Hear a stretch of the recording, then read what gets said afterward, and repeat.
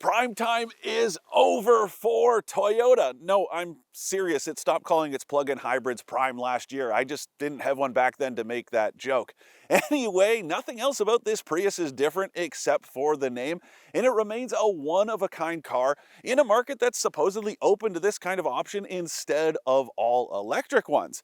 So what does it bring to the table? Well, for starters, it is incredibly stylish, even if this sort of Star Wars Stormtrooper vibe has been done to death by now. It's also incredibly efficient even when the battery's depleted, but keeping it topped up means you can probably make it to work without burning a drop of gas. Now, yes, you will pay a lot to park one in the driveway, but the Prius PHEV just might be worth the price of admission.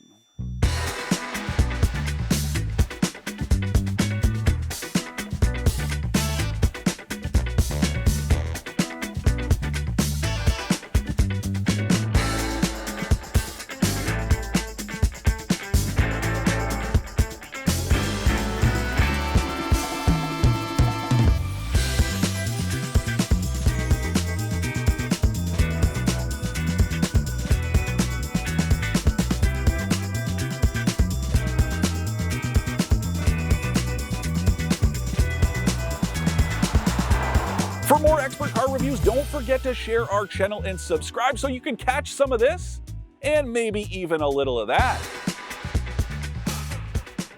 The cheapest Prius PHEV is right around 42 grand before tax in Canada for 2026. And then there's the XSE trim. That's the one that I am driving, which is about 47 grand.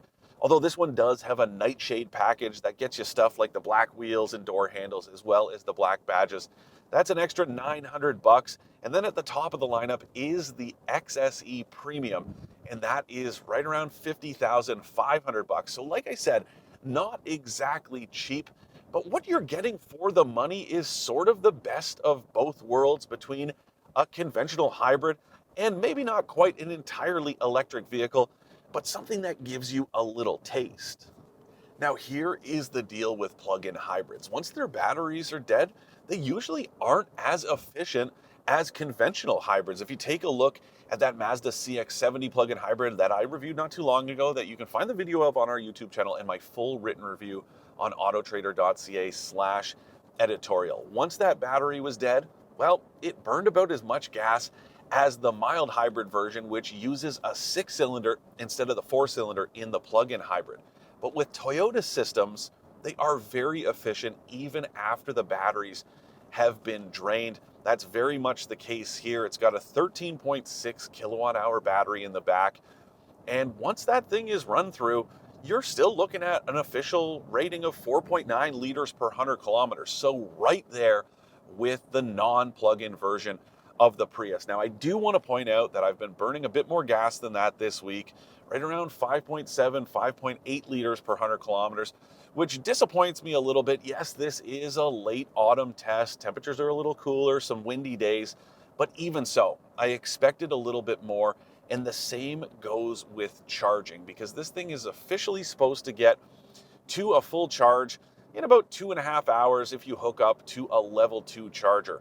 But I plugged into one the other day and it took about 4.5 hours because it was only drawing like 3.2 kilowatts of speed instead of the 7.2 that the station I was hooked up to is good for. Now, that is one of those issues that isn't the car's fault per se. It could be the charging station. It could be the infrastructure in general. Let's say there's a lot of draw in the area. Well, it could be throttled back.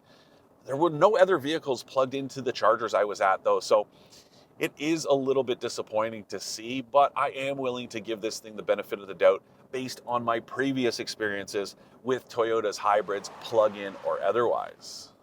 Now, other than that, I really like what Toyota's done with this thing, and not because it drives better than the last one. Okay, not just because it drives better than the last one, because it absolutely does. It is night and day. This thing even feels a little bit sporty. When you get your foot down, it's actually surprising just how quickly this thing gets up and goes. And the handling is impressive too. Now, there's virtually no steering feel whatsoever, but it is very responsive. And something else I like is there is a sport setting for the steering that gives it a little more weight and resistance. So if you like that sort of thing, you can put it in sport mode, or better yet, use this custom drive mode.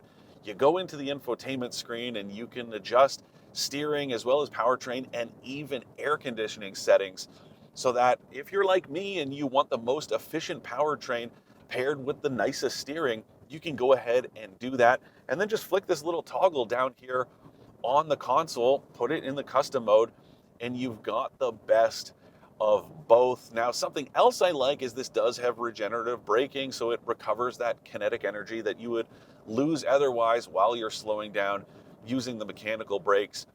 You just drop the gear selector into B mode, and that will ramp up the regen. It's also adjustable. There are 3 different settings, but here is something that really bothers me, and I just don't get it because Toyota has buried those settings in this driver display up here on the dash, and you can't change it on the fly. And I know every time I talk about that, there are at least a couple comments of people saying, why would you want to change the regen braking? Anyways, once you set it, that should be good enough. But I don't know, let's say you're in stop and go traffic suddenly on the highway on your way home, and you want to maximize that recuperation, or you've got a passenger with you who is prone to motion sickness using regen braking. Well, it's nice to be able to adjust that, and it's something like the Honda CR-V Hybrid that I reviewed not too long ago, as well as the Kia Sportage Hybrid. You could use paddle shifters on the steering wheel, and I really wish Toyota would stick some of those in here so you could change these settings on the go. Now, getting back to the powertrain for a second, yeah, it does get a little bit noisy, as I'm sure you may be able to hear when I get my foot down. That's mostly a problem with this continuously variable transmission more than anything else. It just gets really buzzy, but like I said, there is plenty of pull. Passing power is not an issue. Neither is ride quality. I would say it's definitely more supple and also more solid feeling than your average car this size. These are usually economy cars. And yes, I know I talked about this thing being more expensive than your average car this size, but that's not the point. This doesn't feel like a Corolla. No, it's not a Lexus. This isn't a luxury vehicle, but it's fairly supple and it feels substantial. Some of these roads out here are really rough, but even with these 19-inch wheels, which are very large for a car this size, it does a decent job of staying nice and steady and soaking up at least most of these bumps. All right, now it's time to talk about the elephant in the room, or maybe it's the gorilla in the phone booth, because I do feel very claustrophobic in here. This low roof line really does impact how much upright space you have. And as you can see, I don't have much headroom at all. It's even worse in the back seat. It just feels really cramped, even with these 2 sunroofs up here, as well as what's a decent sized greenhouse considering how compact this car is. It just feels a little more cramped than I would like. Yes, I'm a tall guy. These are tall people problems. I'm about 6'4", but that's something to keep in mind if you are on the tall side. This car doesn't feel all that spacious. All right, so that was my little digression about the space in here, but as far as amenities, it's not bad. No, it isn't fancy, but there are some good features. You get this high-mounted instrument display that's shared with something like the newly renamed Toyota BZ as well as the Subaru Solterra, and it means you don't need a head-up display. It's kind of, again, the best of both worlds, a bit of a running theme with this car. Because it's so high, it's right there in your eye line when you're looking ahead at the road, so you don't need a second display, a head-up display that projects on the windshield. All that info is up there. You also have this massive touchscreen, wireless Apple CarPlay and Android Auto. Now, heated front seats and a heated steering wheel, both are standard, but if you step up to this XSE, you also get heated rear seats, and then the XSE Premium has ventilated front seats. And then something else I like, this strip of ambient lighting that runs across the dash. Yeah, it looks kind of cool, but more importantly, it acts as a warning system. So let's say you're stopped at a light and you're not paying attention. I'm not saying looking at your phone, because you definitely shouldn't be doing that, but I don't know, let's say you're taking a sip of your morning coffee and your eyes aren't on the road and the lead vehicle ahead of you starts to pull away. They'll just pulse with some light to let you know. So that is very cool that it's kind of a blend of form and function.